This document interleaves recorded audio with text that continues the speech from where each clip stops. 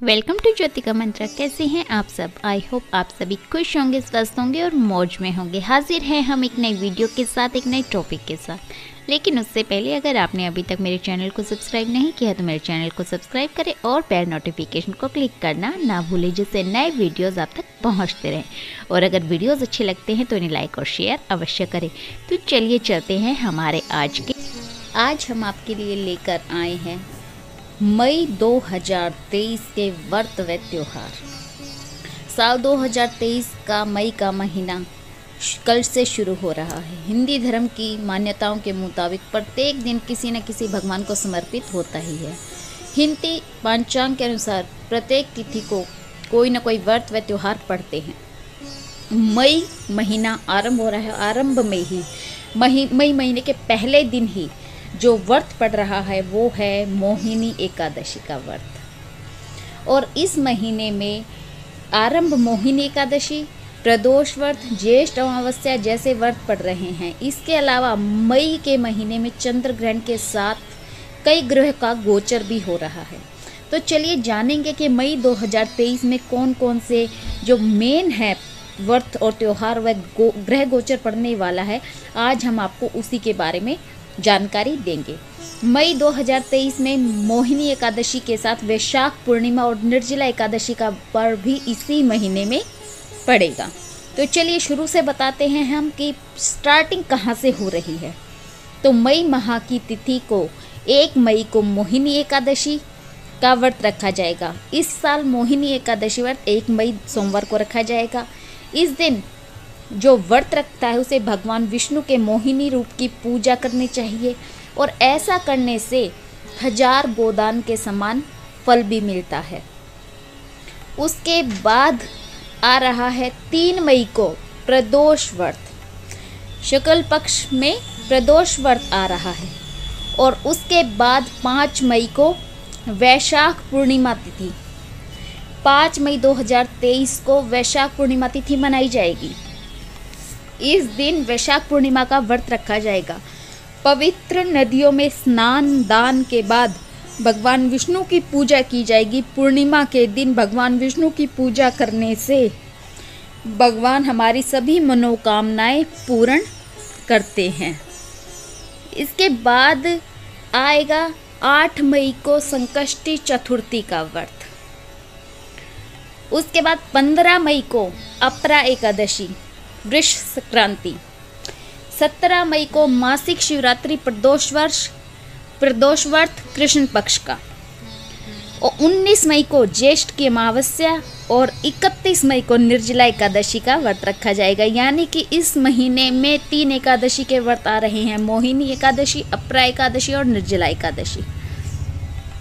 अब आपको आगे बताऊंगी मैं ग्रह गोचर कौन कौन सा होगा। 2 मई मंगलवार को शुक्र का मिथुन राशि में गोचर होगा। 5 मई को चंद्र ग्रहण शुक्रवार के दिन।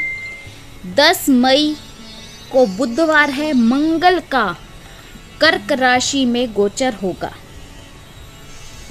10 मई को बुध का मेष राशि में उदय होगा।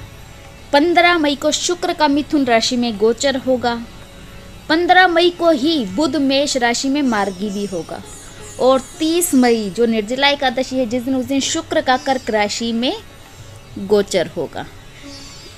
इस साल जो चंद्र ग्रहण पड़ रहा है वो है, ये है साल का पहला चंद्र ग्रहण 5 मई 2023 को, जो शुक्रवार को रात को 8:45 से शुरू होगा और समाप्ति होगी देर रात 1 बजे।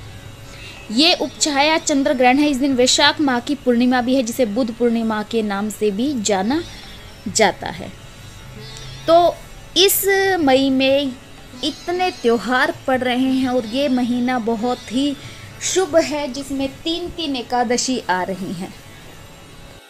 अब मैं आपको बताऊंगी कि मई माह में जो व्रत पड़ रहे हैं उन पे हमें क्या क्या करना चाहिए और इस व्रत का करने से हमें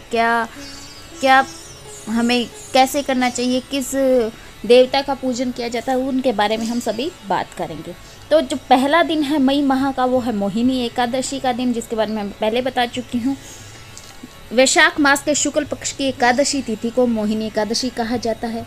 इस एकादशी का व्रत करने से जात तक के सभी पाप नष्ट हो जाते हैं और जीवन के सभी कष्ट दूर हो जाते हैं। एक बार गुरु वशिष्ठ के कहने पर भगवान राम ने भी यह व्रत किया था और द्वापर युग में भगवान कृष्ण के कहने पर राजा युधिष्ठिर ने भी मोहिनी एकादशी का व्रत किया था। 3 मई को रखा जाएगा प्रदोष व्रत। वैशाख मास के शुक्ल पक्ष की त्रयोदशी तिथि को प्रदोष व्रत कहा जाता है। यह व्रत भगवान शिव को समर्पित होता है और मान्यता है कि प्रदोष तिथि का व्रत करने से जीवन में चली आ रही सभी अड़चनें दूर हो जाती है और मृत्यु के बाद व्यक्ति जन्म मरण के बंधन से भी मुक्त होता है। संतान प्राप्ति के लिए भी यह व्रत करना बेहद ही शुभ माना जाता है। उसके बाद आता है 5 तारीख को पूर्णिमा तिथि। वैशाख मास की पूर्णिमा तिथि को वैशाख पूर्णिमा कहेंगे। इस दिन बुध पूर्णिमा भी है, तो इस पूर्णिमा पर गंगा स्नान करने और पितरों के नाम का दान करने से पुण्य की प्राप्ति होती है। साथ ही इस साल का पहला चंद्र ग्रहण भी इस दिन लगने जा रहा है, जो भारत में नहीं दिखाई देगा लेकिन रुतकाल रहेगा। उसके बाद है 8 मई को संकष्टी चतुर्थी। ज्येष्ठ मास लग जाएगा। ज्येष्ठ मास की कृष्ण पक्ष की चतुर्थी तिथि को संकष्टी चतुर्थी का व्रत किया जाता है। मान्यता के अनुसार इस व्रत को भगवान गणेश की पूजा की जाती है, जिससे हमारे ज़िंदगी के सभी कष्ट दूर हो जाते हैं और परिवार में कभी भी धन धान्य की कमी नहीं होती है। जो व्रत करता है वह गणेश की पूजा करने के बाद शाम को चंद्रमा को अर्घ्य देता है और कुछ खाना पीना खाता है। चंद्र दर्शन के बाद गणेश जी का व्रत पूरा माना जाता है। तो अगर आप संकष्टी चतुर्थी का व्रत करते हैं तो आपको चंद्रमा के दर्शन अवश्य करने हैं और चंद्रमा को अर्घ्य दिए बिना आपका व्रत पूरा नहीं माना जाएगा। अब अगला व्रत आएगा 15 मई को अपरा एकादशी, यानी कि दोबारा एकादशी, जो ज्येष्ठ मास के कृष्ण पक्ष की एकादशी तिथि को अपरा एकादशी के नाम से जाना जाता है। इस दिन अनजाने में हुई गलतियां और पापों को नष्ट करने के लिए भगवान विष्णु की विशेष पूजा की जाती है और व्रत का संकल्प लिया जाता है। ध्यान पूर्वक पूजा पाठ और धर्म कर्म के साथ काम किए जाते हैं।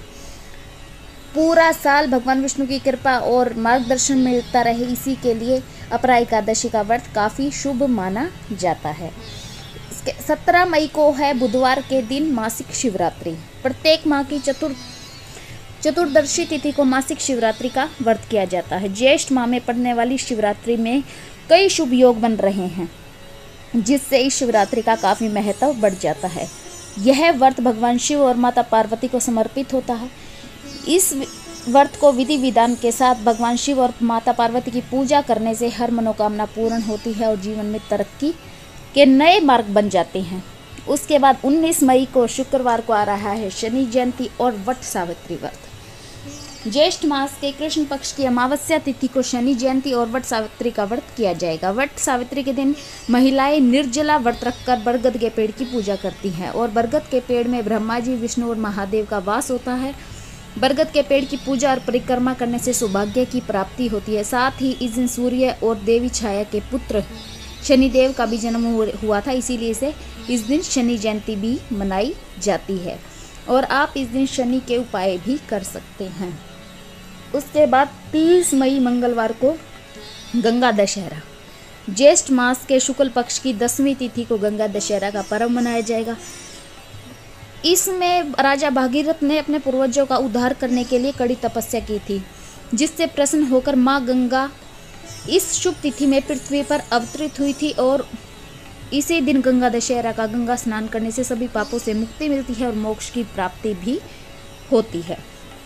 इस महीने का लास्ट व्रत रहेगा 31 मई 2023 दिन बुधवार को निर्जला एकादशी व्रत। ज्येष्ठ मास के शुक्ल पक्ष की एकादशी तिथि को निर्जला एकादशी का व्रत किया जाएगा। इस दिन किया गया व्रत, पूजन व दान अक्षय पुण्य की प्राप्ति होती है। सभी एकादशियों में निर्जला एकादशी का व्रत सबसे कठिन माना जाता है। अगर आप साल के किसी भी एकादशी का व्रत नहीं करते हैं और इस एकादशी का व्रत करते हैं तो सभी एकादशियों के व्रत का पुण्य कमा सकते हैं। इस दिन एकादशी का व्रत करने से जीवन में सुख समृद्धि और मोक्ष की भी प्राप्ति होती है। तो ये थे मई महीने के व्रत व त्योहार, जिनको हमने आपको अच्छी तरह से बताया है। इसी के साथ हम वीडियो का एंड करेंगे और मिलेंगे बहुत जल्द एक नई वीडियो के साथ, एक नए टॉपिक के साथ। अगर आपको किसी टॉपिक पर वीडियो चाहिए तो आप कमेंट सेक्शन में अवश्य ही कमेंट करें। तो इसी के, अगर आपने अभी तक चैनल को सब्सक्राइब नहीं किया तो चैनल को सब्सक्राइब कर दीजिए और वीडियो अच्छी लगी हो तो लाइक और शेयर करना ना भूलें। तो मिलेंगे बहुत जल्द। नमस्ते। आप सभी खुश रहें, स्वस्थ रहें, मेरी ब्लेसिंग आपके साथ है।